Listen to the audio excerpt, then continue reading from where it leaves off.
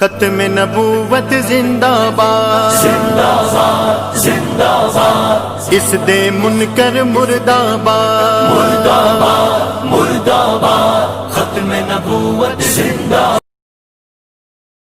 میری جو تعلیم ہے وہ ہے BS آنرز مشن ٹیکنالوجی۔ میں پیدائشی قادیانی تھی اور الحمدللہ 1 سال پہلے اللہ تعالیٰ نے مجھے ہدایت دی اور میں نے اسلام قبول کر لیا اور الحمدللہ میں مسلمان ہوں۔ ہمارے خاندان میں جو قادیانیت ہے وہ میرے دادا جو ہیں ان کی وجہ سے آئی۔ میرے دادا وہ لوگ 2 بھائی تھے، فتح محمد اور حسین محمد۔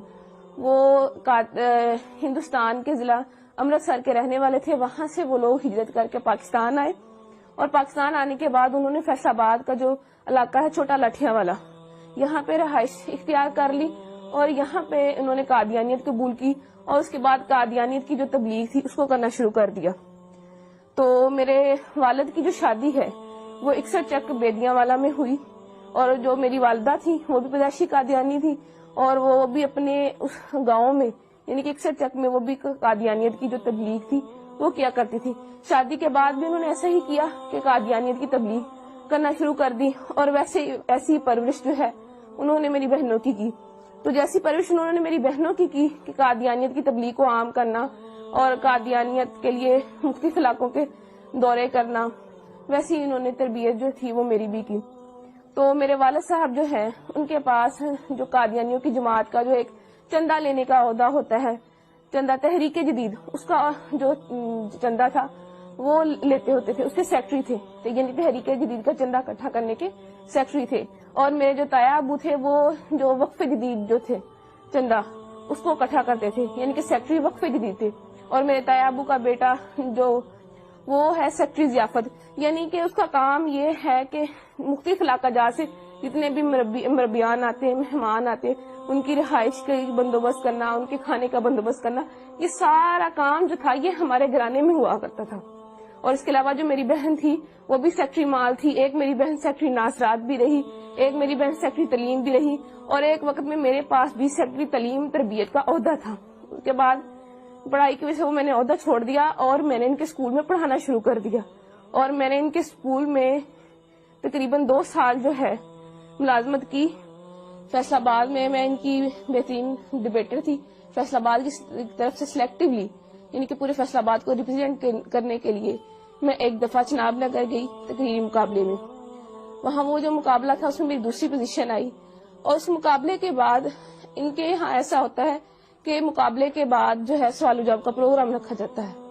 اس سوال و جواب کے پروگرام میں نے ان کا جو خلیفہ ہے، موجودہ خلیفہ مرزا مسرور، اس کی بہن جو تھی اس سے میں نے سوال کیا کہ مرزا قادیانی جو ہے اس نے اپنی کتاب میں لکھا ہے کہ میں نے خواب میں دیکھا کہ قرآن کریم میں قادیان کا نام استعمال ہوا ہے، یعنی قرآن کریم میں قادیان کا لفظ آیا ہے۔ تو میرا آپ سے یہ سوال ہے کہ مجھے دکھایا جائے کہ قرآن کریم میں کہاں قادیان کا لفظ استعمال ہوا ہے۔ تو یہ میرا جو سوال تھا وہ پرچی پہ لکھ کے میں نے اس کو بھیجا۔ تو جب اس سوال کی باری آئی تو اس نے جب سوال کھولا تو اس کے پاس سوال کا جواب نہ تھا اور وہ پوچھنے لگے کہ کس نے یہ سوال جو ہے کیا ہے۔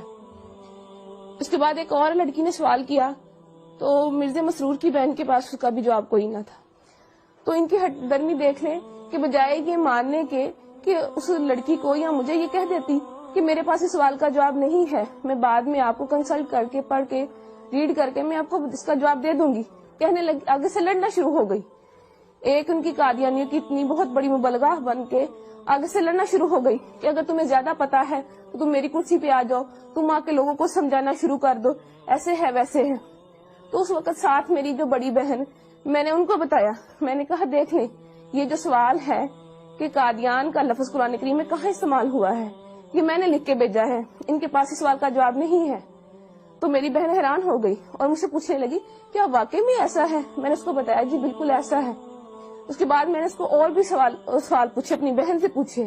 میں نے کہا جب میں یونیورسٹی میں پڑھتی ہوں تو لڑکیاں مجھ سے سوال کرتی ہیں، ان میں سے کچھ سوال میں نے ان کو بتایا۔ میں نے ان کو کہا میرا غلام احمد قادیانی، اس نے اپنی کتاب میں لکھا ہے ہم مکہ میں مریں گے یا مدینہ میں، اور حالانکہ مرزا صاحب کی جو وفات ہے وہ تو لاہور میں ہوئی تھی اور ان کو دفنایا قادیان میں گیا۔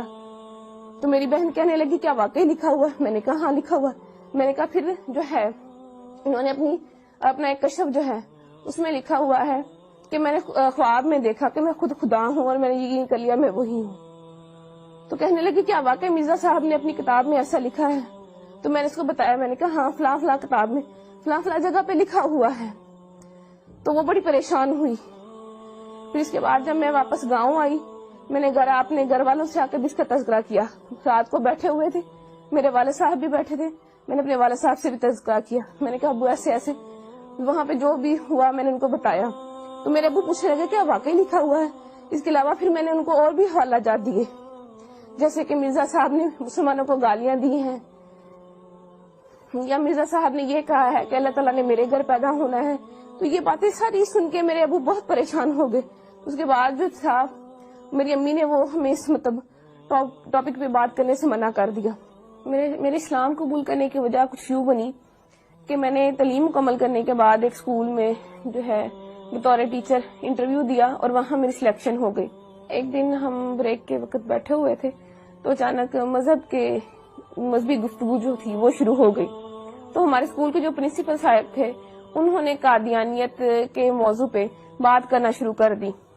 تو چونکہ میں قادیانی تھی تو میں نے بھی اس میں حصہ لینا شروع کر دیا. میں نے بھی ان کو بتایا کہ قادیانیت کے میں فضائل و مراقب جو تھے وہ انہیں بتانا شروع کر دیے, کیا قادیانیت ایسے ہے ویسے ہے, یعنی کہ قادیانیت کی ایک بڑی اچھی تصویر میں نے ان کو بتانا شروع کر دی. لیکن وہ جو تھے پرنسپل صاحب ان کو پتا تھا کہ قادیانیت کیسا کفر ہے, کیسی غلاظت ہے, کیسی گندگی ہے. تو انہوں نے قادیانیت کی جو عقائد تھے وہ بتانے شروع کر دیے کہ قادیانی جو ہے تو نعوذ باللہ مرزا قادیانی خود کو خدا کہتا ہے, خود کو محمد رسول اللہ صلی اللہ علیہ وسلم کہتا ہے, توبہ نعوذ باللہ کلمہ کی توہین کرتا ہے اور مسلمانوں کو گالیاں دیتا ہے, اہل بیت اطہار کی شان میں گستاخی کرتا ہے, صحابہ کی شان میں گستاخی کرتا ہے. جب یہ تمام باتیں میں نے سنی تو میں اتنا ڈر گئی کہ میں بہت زیادہ خوفزدہ ہو گئی اور مجھے بالکل جو تھا وہ چین نہیں مل رہا تھا کہ کیسے ایک شخص جس کو ہم نبی مانتے ہیں وہ کیسے اتنی گستاخیاں کر سکتا ہے, کیسے اللہ پاک کی شان میں گستاخی کر سکتا ہے یا آپ صلی اللہ علیہ وسلم کی شان میں گستاخی کر سکتا ہے. تو میں گھر آتی ہوں تو میں سو جاتی ہوں اور میں نے جب خواب دیکھا تو میں وہ خواب دیکھ کے بہت ڈر جاتی ہوں. خواب کچھ اس طرح ہے کہ میں اپنے گھر کے باہر موجود ہوں, گرمیوں کے دن ہے, سخت گرمی ہے اور میں گلی میں اکیلی موجود ہوں, میرا سر بھی ننگا ہے اور میرے پاؤں بھی ننگے ہیں. تو میں ڈر کے مارے دوڑنا شروع کر دیتی ہوں کہ مجھے کوئی مار نہ دے. بہت دوڑتی ہوں اور پھر جب دیکھتی ہوں اپنے آپ کو ایک قدم بھی میرا آگے نہیں بڑھتا. اس بات سے میں بہت پریشان ہو جاتی ہوں کہ میں نے اتنی محنت کی, اتنی دوڑی, اتنی جو ہے ہمت کی میں نے, لیکن اللہ تعالیٰ نے میرا ایک بھی قدم آگے نہیں بڑھایا. اس وقت میری آنکھ کھل جاتی ہے اور میں دیکھتی ہوں کہ میرا پورا جسم جو ہے وہ پسینے سے شرابور ہے اور مجھے اپنے آپ سے بہت گندی بدبو آتی ہے.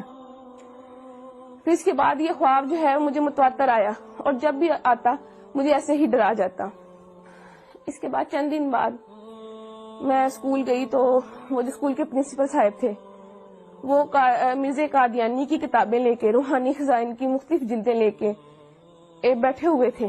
انہوں نے مجھے بلایا اور مجھے کہنے لگے کہ جو جتنی باتیں میں نے تمہیں, یعنی کہ جتنے قادیانیوں کے عقائد میں نے تمہیں بتائے ہیں, اگر میں تمہیں ان کتابوں سے دکھا دوں تو کیا تم یقین کر لو گی؟ میں نے انہیں کہا جی میں ضرور یقین کروں گی. تو انہوں نے جو ہے کتابیں کھولی اور جتنی باتیں وہ مجھے جو میں نے آپ سے پہلے بیان کی انہوں نے مجھے مرزا قادیانی کی کتابوں میں سے دکھائی.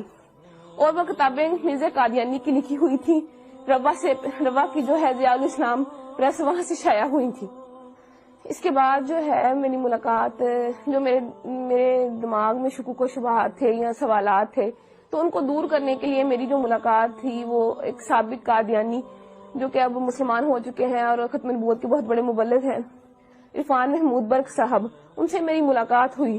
تو انہوں نے جتنے بھی میرے شکوک و شبہات تھے وہ سارے دور کیے اور قادیانیت کی جو غلاظتیں تھی جو مجھ پہ نہیں کھلی تھی وہ کھول کر مجھے بیان کی. اور ان کی جو کتاب تھی قادیانیت سائنس و اسلام کے کٹہرے میں انہوں نے مجھے وہ پڑھنے کے لیے دی. تو اس کو پڑھ کے جتنے بھی میرے دماغ میں سوالات تھے وہ سارے کے سارے وہ ختم ہو گئے. تو اس کے بعد پھر میں نے مرزا قادیانی پہ اور قادیانیت پہ کروڑوں لعنتیں بھیجنے کے بعد آپ صلی اللہ علیہ وسلم کی غلامی میں آ گئی اور کلمہ طیبہ پڑھ کے اسلام قبول کر لیا. اس کے بعد جب میں گھر گئی میں نے اللہ تعالیٰ سے جا کے دعا کی کہ اللہ تعالیٰ مجھے کوئی رستہ بتا، کہ مجھے کوئی ایسا نشان دکھا کہ مجھے پتہ چل سکے کہ میں نے آج جو کیا میں سچ پہ ہوں، میں حق پہ ہوں۔ تو میں سو گئی، تو میں نے وہی خواب جو میں پہلے دیکھتی تھی اور میں ڈر جاتی تھی، وہی خواب مجھے دوبارہ آیا کہ میں اپنے گھر کے باہر موجود ہوں، گرمیوں کے دن ہے، سخت گرمی ہے، اور میں ڈر کے مارے بھاگنا شروع کر دیتی۔ لیکن اس دفعہ معاملہ جو تھا وہ الٹ ہو گیا کہ جب میں ڈر کے مارے میں بھاگنا شروع ہوئی تو بھاگتے بھاگتے ایک میں پکی سڑک پہ پہنچ گئی، تو میرا سر جو پہلے ننگا ہوتا تھا اس پہ ایک سفید چادر آ گئی خود بخود، اور میں نے دیکھا کہ میرے سامنے ایک شخص احرام باندھے کھڑا ہے۔ جب میں نے اپنی نظریں اوپر اٹھائیں تو میں نے سبز گنبد اور مینار کو پایا۔ تو اس کے بعد میری آنکھ کھل جاتی ہے اور مجھے اپنے آپ سے جہاں پہلے پسینے کی بدبو آتی تھی، اب مجھے اپنے آپ سے اتنی اچھی خوشبو